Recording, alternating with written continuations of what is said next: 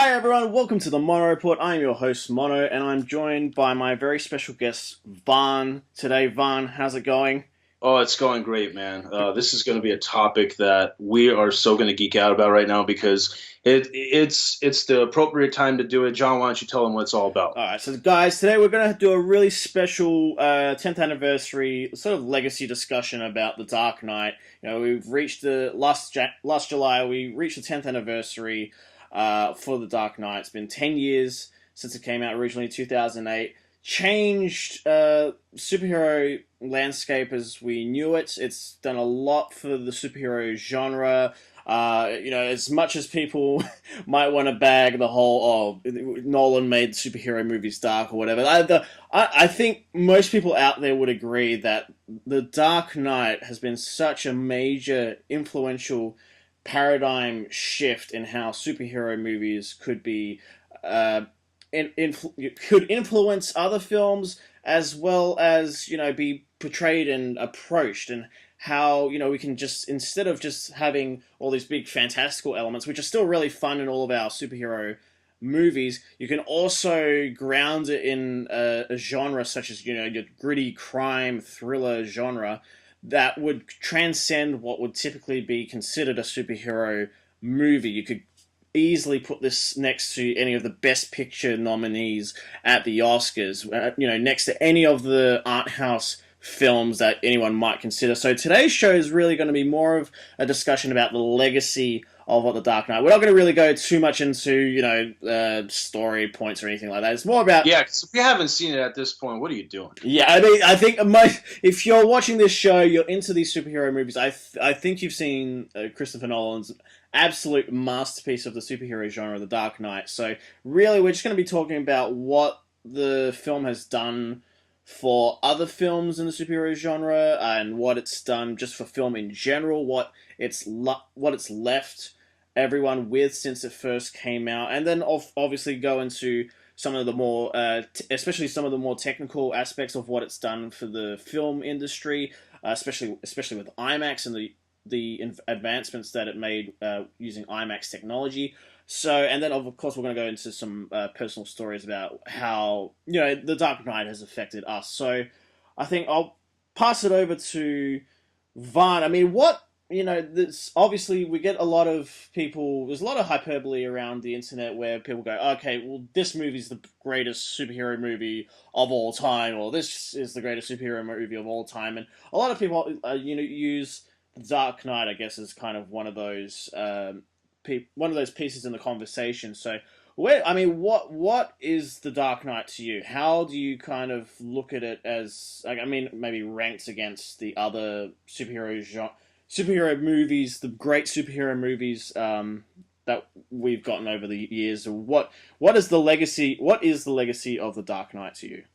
Well, you know what? I'll take it a step further. I don't think it's just one of the best superhero movies ever made. I think it's one of the best movies ever made. I mean, we talk about how our filmmaker heroes had movies they looked up to and they studied, and The Dark Knight, till this day, has been being studied by me, by you, by all aspiring filmmakers like us. It's a huge deal, and yeah, you say about all these movies that are really, taking inspiration from Dark Knight. And we publicly have seen Sam Mendes compare Dark Knight with Skyfall. I mean, they took certain elements of the dark and gritty and the more serious tone with the human story, and they influenced Bond. You see all these movies do it. James Mangold has talked about it and compared a bit of the Dark Knight's influence on Logan. So it's no small feat that this movie has had such a vast change, not in only the superhero genre, but the cinema in general. I feel like this movie is being brought back to over and over again. It's a classic. This movie, though it's only 10 years old, I can't believe it. It's like, I still can't believe it's been 10 years. I mean, I remember being in middle school when this came out, and this movie shows how well it's stood up and how well it's held up over the years, because I feel like this movie came out yesterday. I feel like just yesterday I went to see it at the midnight premiere in IMAX. I think, The Dark Knight is obviously the Batman movie everybody's wanted to see. The darker tone, the more realistic approach, the Batman movie that wasn't afraid to address the darkness, rage, and violence of the Batman creature and put him against these rogue galleries that just, Nolan has come out recently and said, the Dark Knight trilogy, it was really influenced by its villains. I mean, if we didn't have Scarecrow or Ra's al Ghul or Joker or even Bane for that matter, we would not see what kind of a person Bruce Wayne was. I mean, you have to throw him against villains that really test him, and I feel like with Heath Ledger's Joker, you totally get that. You see Joker trying to have Batman break his one rule, which he will not kill him. Batman gets close, really close in that interrogation scene. We see the Batman's rage and violence that just makes the Joker delighted. The harder he hit him, the bigger smile on his face. I think this movie talks about so many great issues happening about the real world too that I don't want it to be beaten over my head in every movie that I go see. It shouldn't. The movie should be a fun escapism entertainment. But as Sir Michael Caine said in one of the Dark Knight interviews, which was, the movie tackles the subjects of terrorism, the mob, the city's infrastructure, the law, and you only notice that if you want to. If you want to hide all those things and put it to one side, it's one of the best action movies ever made. I saw this article when the movie came out a long time ago saying that Nolan doesn't know how to shoot action. I totally disagree. I mean, especially with the long establishing shots using IMAX, which we'll get into, it really just set the bar for this movie. I mean, this movie changed how we look cinema. It changed how movies are shot. You see a lot of movies nowadays try to replicate what Dark Knight did with a lot of the shadows and the dark atmosphere and fights happening in the shadows where you don't necessarily see the character's face. Everything is dimmed down to this grim atmosphere, which really works, but it doesn't mean it should work for everything. But when it does, it does, and this movie proves it. You sit there and you're going like, I remember walking out of Batman Begins when that movie came out. I said, wow, this is so earnest. This is thank goodness someone's treating this very seriously. I mean, that movie was very earnest. It treated me like an adult. It treated me like I walked into that movie going like, I expected to see a Batman movie, but I didn't expect to care about Bruce Wayne as much as I did. And I with the Dark Knight, especially amongst the entire Dark Knight trilogy, is if they got people to care about Bruce Wayne, whether he was in the suit or he wasn't in the suit, then you will have won, because this is a human and this is obviously a guy who could be hurt. I mean, this is a guy that has no superpowers, that's in a suit and, puts his life on the line to help his city. And I feel like we can all relate to that. Yes, we can't relate to the money he comes from, but, the rage and, the revenge and all this stuff about vengeance is something we can all respond to, because we've all had those moments of being Batman in our own soul. So I feel like this movie is very relatable, and if Bruce Wayne doesn't work, Batman doesn't work. And honestly, people try to crucify people online for saying this, but this movie barely, even the cartilage scenes, the stuff that you could, if you were going to be very, very nitpicky, take out, is still important. The suit is what I'm really excited to see. I'm really excited to see Batman in the suit fighting against the villains, particularly the Joker in this case.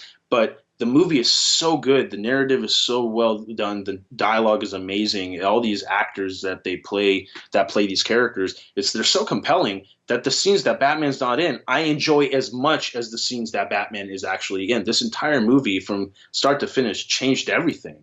Yeah, well, that's what I've always loved about Nolan's trilogies, that really put a lot of attention to Bruce Wayne as a character, and that's also comes, it's attributed to how well Christian Bale portrays both Bruce Wayne and the Batman character. And what I've always loved about, especially The Dark Knight, is how fallible Bruce Wayne actually can be, how much of the facade of the Bruce Wayne character he actually puts out there to himself, and we really do see how much of that, that young boy who kind of, died that day that his parents were shot in the alley, right? Like, how much of that young boy doesn't really exist anymore. Like, we see sort of fragments of it, but I love how much effort is put into making Bruce Wayne's so relatable, and where we see him having doubts about what he's doing and whether he's doing things for the right reason, why There's he's that being a wonderful hero. scene with Alfred where he's like,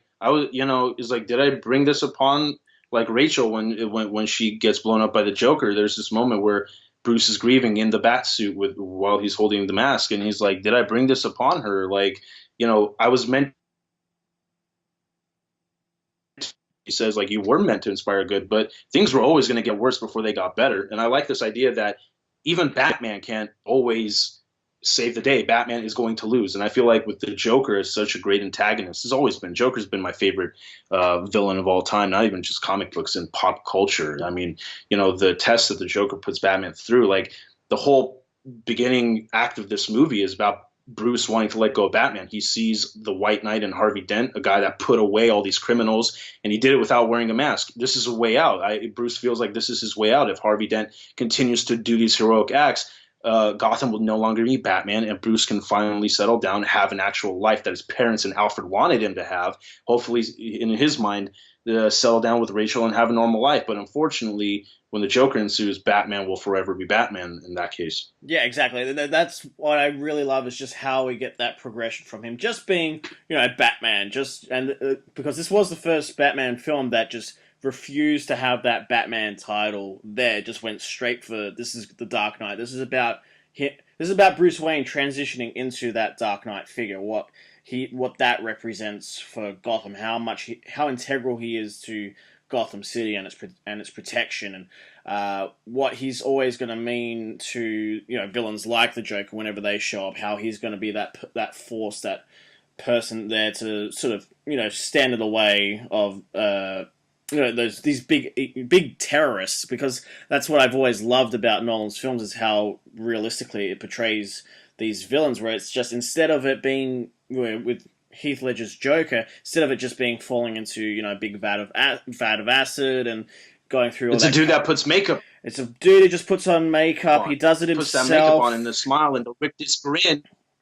He's a crazy guy. That's the Joker's really he's there. A crazy guy. Just wants to, just guys that want to see the world burn. That's what I love, because they, you get this, all that little flavor that comes from the Killing Joke graphic novel, where the Joker would rather have if he wants to have a history, he'd rather it be multiple choice, and that's what I love, where they just ran with that idea with the Dark Knight, where it's just you have all these different stories that he gives different people in the movie. He really could be.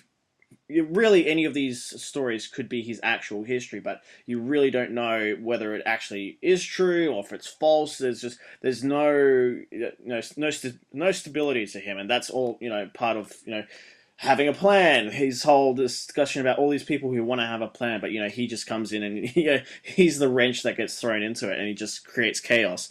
And that's just what. And why does that make? Yeah, exactly. And why does that make Batman so angry? Because Batman has always dealt with villains that could be leveraged, like the mob. They want money. You take the money away from them, you make them weak, you can get them arrested. A mugger, you capture him, you put him in jail, anything like that. But the Joker just loves destruction. So how do you go against the guy that is so for destruction? And even if that means self-destruction, how does Batman deal with that? He can't, and that's why he's so hell-bent on defeating him in this movie, and also to the fact that he's about to break his one rule again in that incredible interrogation scene where he's close to knocking him out and possibly killing him, because there's nothing that Batman can do to leverage this criminal. And it's that one line of whether he would actually cross over fast into and easy way is like, yeah, just kill him. Yeah, cross the line. Kill him and it'll be over. But Batman, I love. Yeah, cross your one rule that you've always had, and that's what I really the Nolan films really honored that, with like, all right, even though there are the arguments that can be made where he kind of killed Ra's al Ghul, and he's had sort of these deaths that have happened that he's kind of responsible for, but at least this movie makes a point about Bruce Wayne trying to honor that, Batman trying to honor that no kill rule and to have a standard, but also to push him, because the Joker knows that he can push him. So I really love. He even says it in the end where he's like, and I won't kill you because you're just too much fun. Exactly. It's that understanding that that relationship I that mean, the like in Batman the and Joker interrogation. have. Yeah, it's Yeah, understanding. It's Nolan understanding what that relationship is and how important that they are of two sides of the same coin. Where I don't think like other portrayals of the Joker and Batman have since understood that. And I mean, I think we're to this day we're still kind of waiting because I don't know.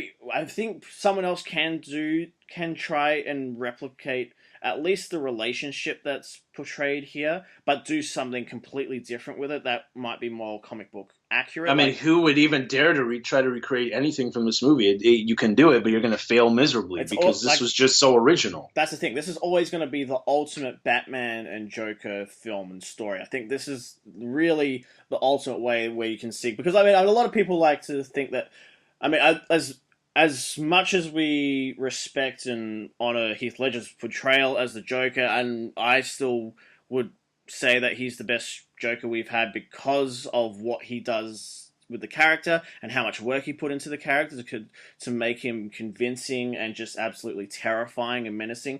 But I think as well, people maybe don't give Christian Bale as much credit He's still as my favorite Batman. I think. I mean, as much I love Michael Keaton and I love Ben Affleck, but I think what Christian Bale really presents is that again that much very human side to Bruce Wayne, and that he can be injured and he can be hurt, and that there's that frailty to the character. So It's like I said before, you care about Bruce Wayne, and hence you care about Batman. And in that sense, that's why I relate to him so much, is because again, I love my comic book fights. I love Batman in the suit fighting criminals. That's why I go to see the movie. But I also want to see real human connection and a human story in these movies. And the reason I love Bale, besides the reason Christian Bale is my favorite Batman, besides the suits and besides the fights, and yes, the voice. I'm actually a fan of the voice because I feel like it's a very original take on the voice.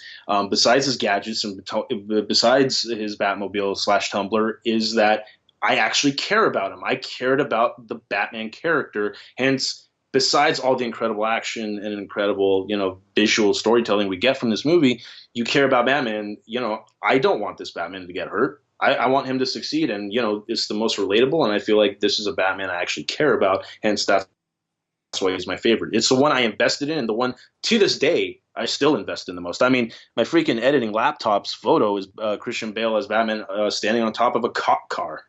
yeah, exactly. So and at the same time, I don't think you could take either one of the Joker or Batman out of this film and try and have it be purely like if you took the Joker out of this film and it was Batman with another villain, like you just wouldn't have that same level of It's that's his arch nemesis, always has been, always will be. yeah, but it understands how absolutely vital they are to each other to tell that ultimate story where it's like that you have to have them together. I mean, I'm all for people trying to experiment, and if someone can nail a story where the Joker is on his own, without Batman, where it's just purely a Joker story.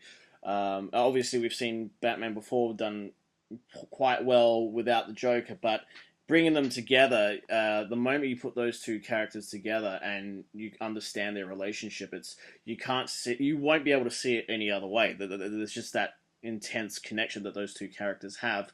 Yeah, and it's amazing because, unlike the other movies and the comics where the Joker's introduced while there's already a Batman, or the Joker becomes the Joker while there's already a Batman, this is, the first scene of the first sequence of The Dark Knight is the Joker and his clown goons, robbing a bank. This is a Joker that already exists in that world, and Batman is just unaware. He's aware, but he does, at first he doesn't think it's a big deal. He even has that line: "One man or the entire mob, he can wait." He doesn't take him that seriously. He just feels like this guy's a weekend. Bruce has finally starting to achieve what he was doing, like escalation at the end of Batman Begins. He's actually short of succeeding, and what his ultimate goal was to put the mob away, to put the crime away from Gotham. And then you have this guy that just comes in, completely ruins all their plans. Absolutely, and that's just purely just being able to see what the Joker represents, right? It's just that absolute, that madness. Just the moment you throw that element of chaos into the world and just seeing what I mean, to go deep erupts for a from it. second, yeah. I mean, to go for deep for a second, he really tests Batman in the psyche too, in all of Nolan's movies, and how amazingly psychological they are. If you really want to pay attention to that aspect of things, I mean, Batman does things outside the law, right? But he's still committed to the law. He's committed to justice. He wants to lock up criminals. The Joker's whole philosophy is the your life's a joke, because the fact that I can prove to you that there is injustice, and there's injustice amongst people and the world and society, means that there is no true justice, and that means that everything you're fighting for is a joke. And not only is that a threat to Batman, but that's the threat to what Batman's trying to achieve, and that's why he can never let go of this guy.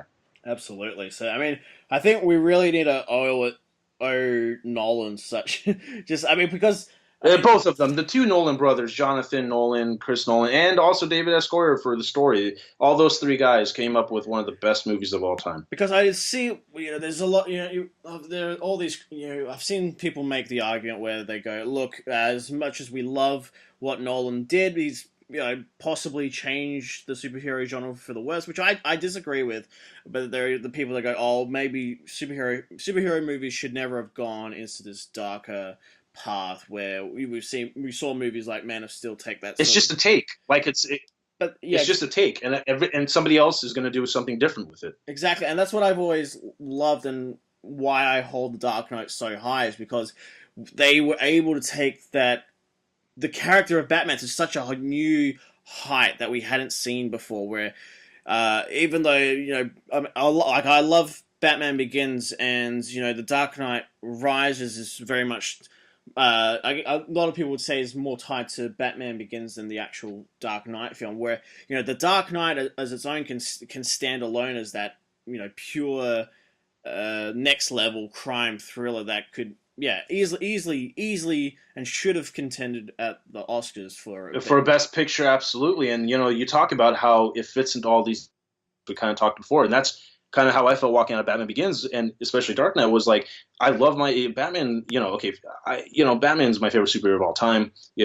Both from both ends or all spectrums of the superhero genre, and I feel like I saw an amazing Batman movie, but when I walked for the Dark Knight, but when I walked out of Batman Begins, I said, this, is great. I see Batman in the suit. He's doing Batman things. He's saving people. He's, doing his vigilante thing. But I said, man, this doesn't really feel like a Batman movie. This just feels like a cop movie, and the cop just happens to be wearing tights. So you can look at Batman as a sort of a vigilante cop in this sense, as he already is. And that's where I think it's really important that this movie did that, because you get some. I mean, there are some critics that go, well, I'd rather it be more of a Batman movie where it's more focused on more of the lore from the comics. But I've always been very pro, if you're going to adapt something, then you need to adapt it in the best possible way for the screen. And I think that's what's and happening. I can't stand that either with those critics either, because I think that, yes, you are taking elements from other things and making your own and making a crime epic, but I do not agree with these critics that say, oh, this isn't a Batman movie. Oh my gosh, it's actually more of a Batman movie than we could have ever imagined, actually. Well, it's elevated, because yes, you've got elements from the Killing Joke graphic novel and The Long Halloween, so there are lots of elements from the Batman's lore in there. It's just brought into our world where it's realistic and we can believe in it. And that's what I'd love to see more superhero movies sort of take on, because even though, say, if we switch over to the Marvel side quickly, Kevin Feige always says that the Marvel movies are always grounded in reality, but at the same time, you're always going to have the fantastical element to them. Like they are not what the Dark Knight represents. Dark Knight is our life. There's no. That's the amazing thing about it, because in Batman Begins it was more shot on a soundstage, and I believe the Lower Wacker Drive tumbler chase / Batmobile chase in Batman Begins was also in Chicago, but here you rarely go to Chicago, and that's why Chicago is, even though I've just been to the airport, I've not really seen anything about it in person.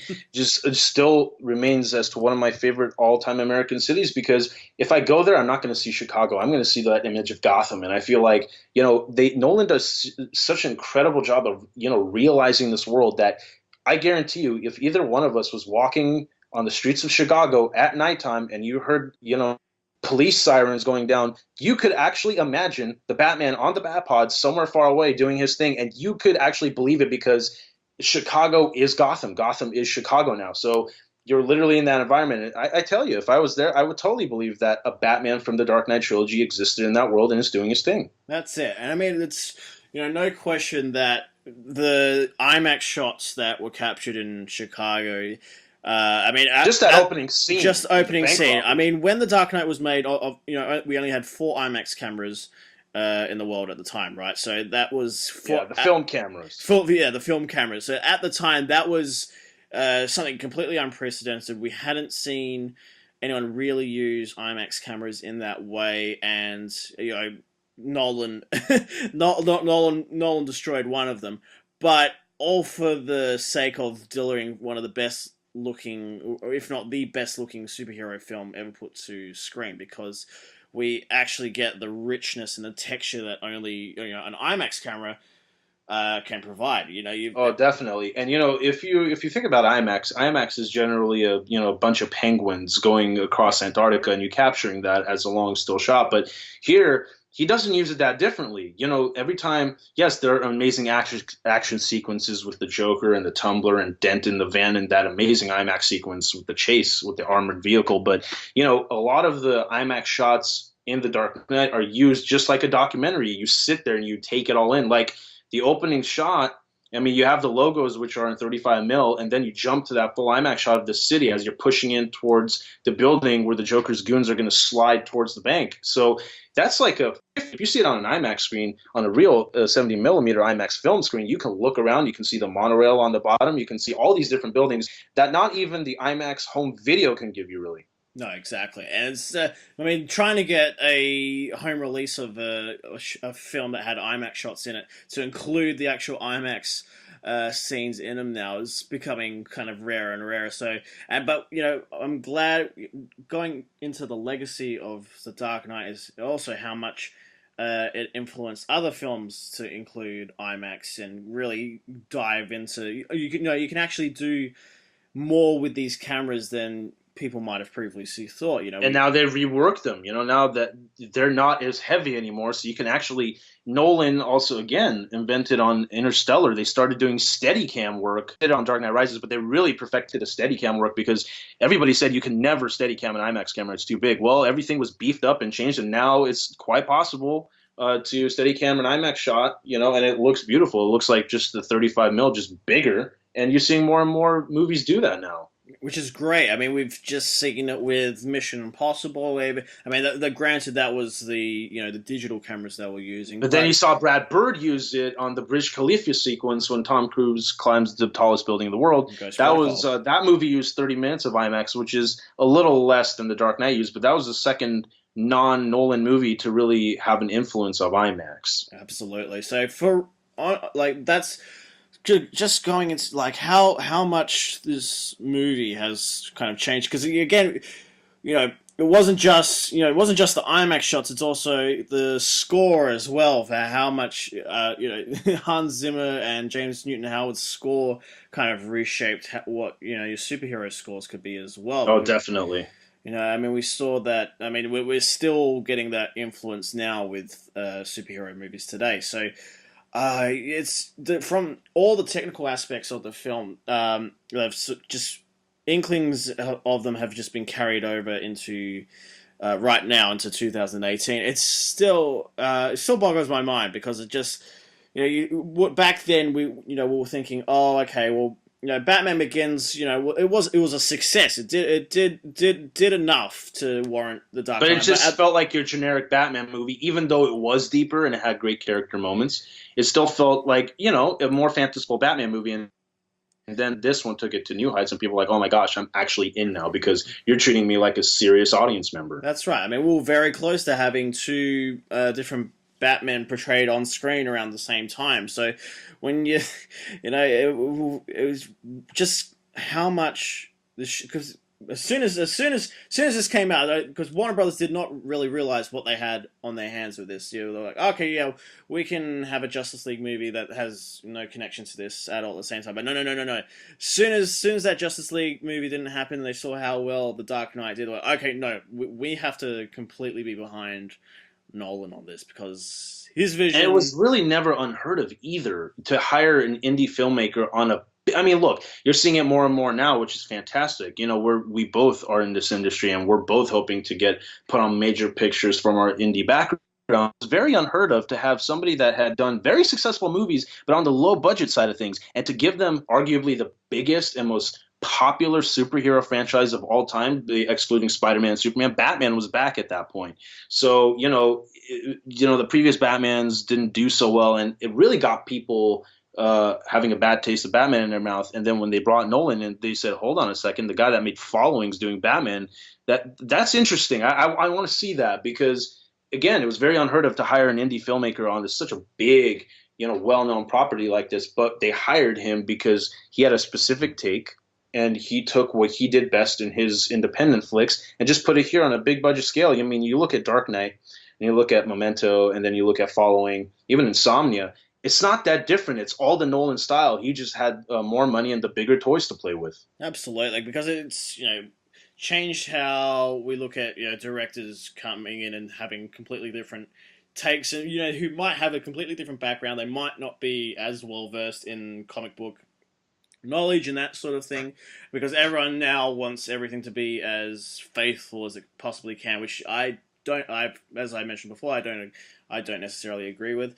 But it also kind of put some feet in some mouths about casting with Heath Ledger being cast as a Joker. So I don't know. Maybe we should actually just wait until the movie comes out and see the performance, and then you can critique how it actually all came about. But now that you're getting more and more interviews now, there was a really, really recent interview prior to recording this that had Jonathan Nolan doing press for something, and he talked about how even Warner Brothers wasn't really even behind it at that point. But because they had so much trust in Nolan after Begins, they give him that chance, man. But apparently everybody, even Jonathan Nolan said he himself was just like, what?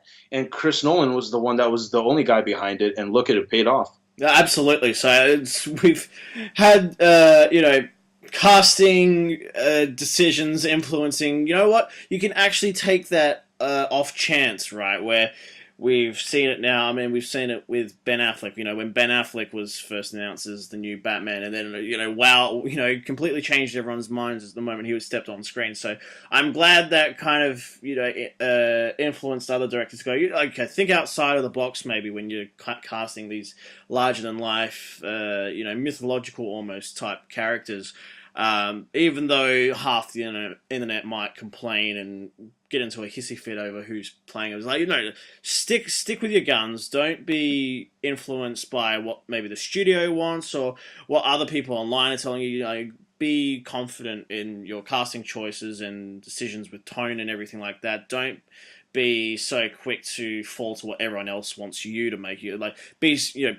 Be confident in the type of film that you want to make. I'm glad that's something that's carried over into future films. So it really goes without saying how much The Dark Knight really has done for cinema. So did you have any? You had some particular IMAX stories regarding The Dark Knight. Oh man, yeah, definitely. Look, I mean, this is about to get ultra sweaty right now, so just be prepared because this is quite amazing, and I'm sure you guys can see the actual photos yourself. It's very interesting, dude, because the movie comes out, right? I'm in middle school. I had loved movies at that point.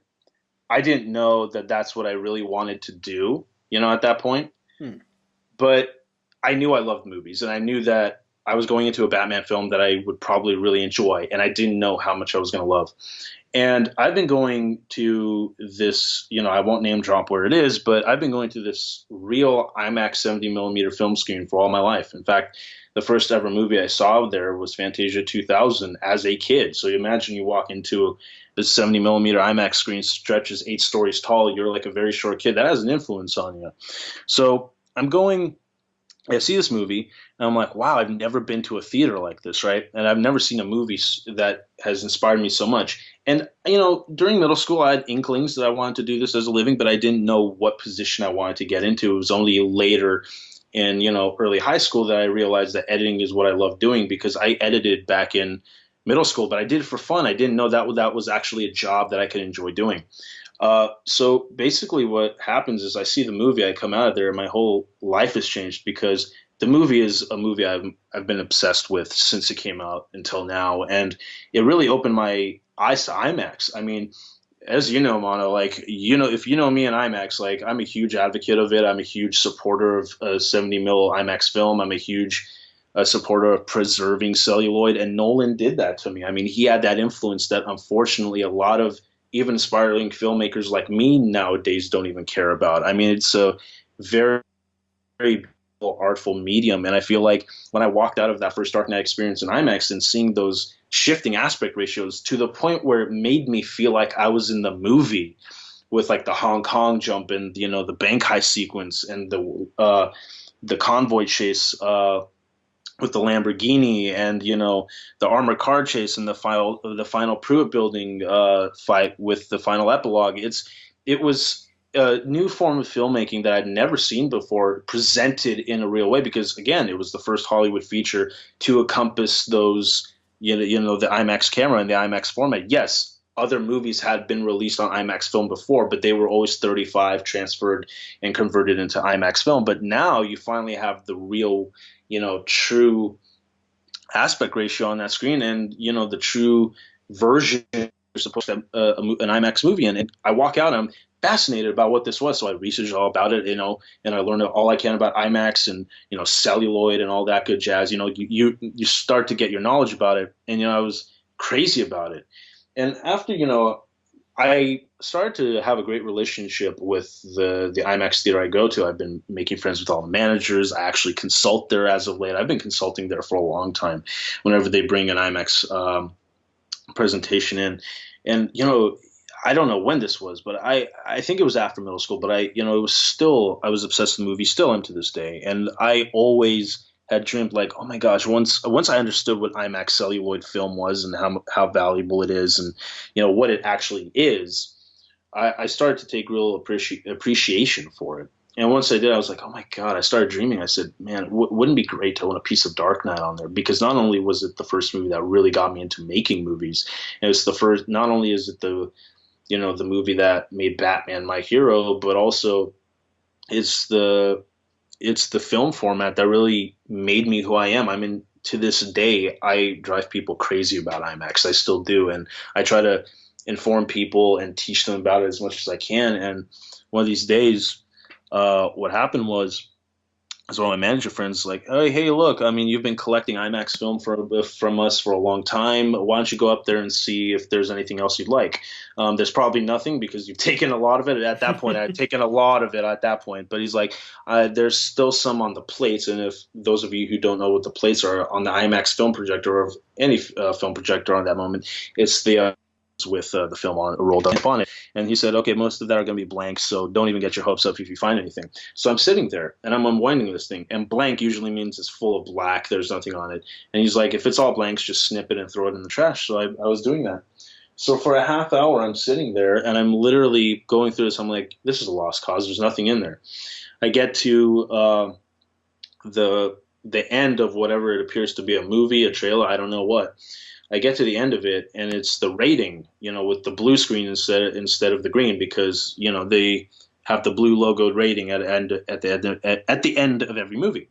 So I'm pulling this thing, and what do I find? I find the entire bank heist sequence from The Dark Knight on that rack, hidden in what appeared to be rolls of blanks, and I can only assume projector for. And what's fascinating is that I hold that so special to my heart because, like I said before, it's the movie that I saw in IMAX that really inspired me to become a filmmaker and inspired me to be such an advocate of IMAX and solidified Batman as my hero. And I tell you, Mono, to own a piece of film like that, not only is it a very emotional thing for me because of what it means, as I just explained, but it's a piece of film history, dude. You're not going to get that. That's the first movie. That was the first Hollywood feature that was shot on IMAX. You're not going to go back further and find any other ones that were done that way. That was the first, and it just happened to be this movie. And the cool thing about it is that was the bank heist prologue that was attached to I Am Legend. So what I actually have amongst all this other IMAX film is that version of camera negative that they shot on the day, because as most of you know, when a film goes into post-production, then you touch up the color, you change the saturation, all that good stuff. But here they were still in the middle of shooting or just very close to entering post-production, and this prologue was attached to I Am Legend.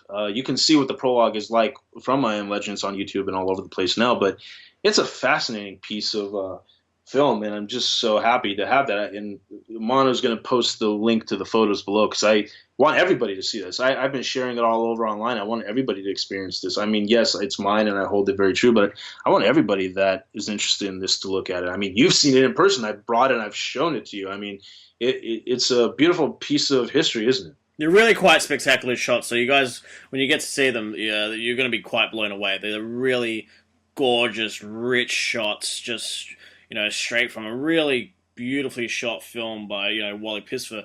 So it's just some of the best shots that you'll get to really experience. And yeah, I mean, That's amazing. I mean, having it and seeing it in person is one thing. It's something that just can't quite but then again, seeing it on the actual big screen, which is great now because the film is doing a round of 10th anniversary screenings in IMAX.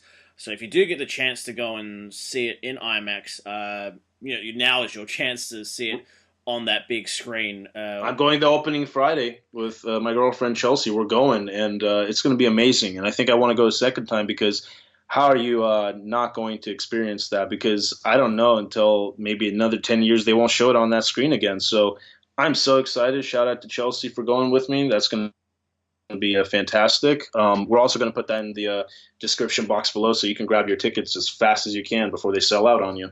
Definitely. So yeah, I mean, it'll be in select cities. Do check the website to see if it is going to be playing in your city, or if it's going to be close to you. I think only four theaters in the country, so you better try to hurry up. Exactly. So I think if you're in LA, New York, around those areas, you're most likely you're gonna have to rush, try and get them as quickly as possible, because they're gonna go pretty quickly. But well, Mono, that's the Dark Knight. that is indeed the Dark Knight, a legendary superhero film that for me is still sort of the gold standard of the genre, because for me that is what represents transcending what a superhero movie can be. Why we go to these movies in the first place, because we want to be transported, but also I want to also be able to kind of believe in these characters and believe in the world that is being created. And that's, for me, why The Dark Knight stands so tall above every other superhero film, because I can believe that this is a real film. That this The triumph, man. And I'm going to go on record for all the listeners right now, so they know and they can have me on record.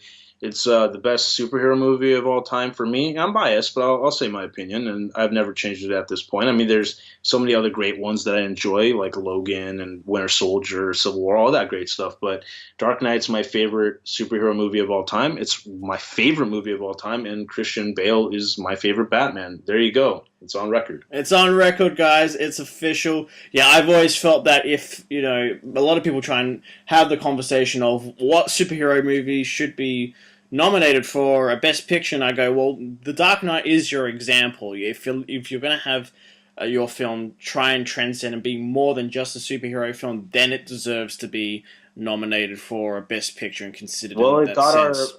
It got our boy Heath the posthumous Oscar. Posthumous Oscar said that for us is where the pinnacle, I guess, of the superhero genre really is, and that's where I love seeing films like Logan come out and just completely, knock everyone off with all their expectations. Where beforehand we were just thought, oh, okay, this is just gonna be, standard superhero fanfare, and it's just really nice to see directors taking that chance and going, oh, we can actually do more with this. We can actually try and bring this to a level that people weren't really expecting of us. So this can be just more than your generic popcorn blockbuster fun. This can be a bigger film than that. So that's why I really love The Dark Knight. And anytime anyone tries to do what The Dark Knight does in the sense of trying to elevate their film, elevate it from just being a normal superhero film, then I will always applaud that. I always respect that too. As long as you're trying not to replicate and do your own thing. The whole idea here, folks, is not to replicate, it's to take chances and do what you feel your take on the character should be. Yeah, absolutely. Take the spirit of what the Dark Knight succeeded at, and that you can do so much more than what is expected, and that's what And that's not just in superheroes; it's in any genre, really. any genre at all. So that's going to wrap up our Dark Knight sort of legacy, just chat about the film, what it could have meant to us, and what it's meant to the industry over the last 10 years. So we'll post the links in the description below, whether if the film is playing near you in IMAX, if you do wish to go and see it. The only way it's meant to be seen. The only way it's meant to be seen. We'll also post links to Vahn's shots as well, so you guys will be able to go and check that out. But guys, thank you so much for joining us for this really fun Dark Knight 10th anniversary special. For all the listeners at home, where can they find you, Vahn? Where can they follow you if they wish to see your work? Well, Twitter and Instagram at ImAFilmEditor, which all those shots are on there as well, and we'll post those down in the description box. But it's actually my first pinned tweet on my profile, so go and check that out. There's a lot of there's a lot of film projects coming up, and a very special one me and Mana will be involved in. I don't want to give away too much, but we got some really great surprises coming up. Some really fun stuff that we'll announce at a later date, but I think you guys are going to be really looking forward to it. It's something pretty cool. But thank you again, guys, for listening to this episode. Look forward to spending some more time with you very soon. So, guys, thank you again, and don't forget to stay right here for your Monofix. Bye, guys.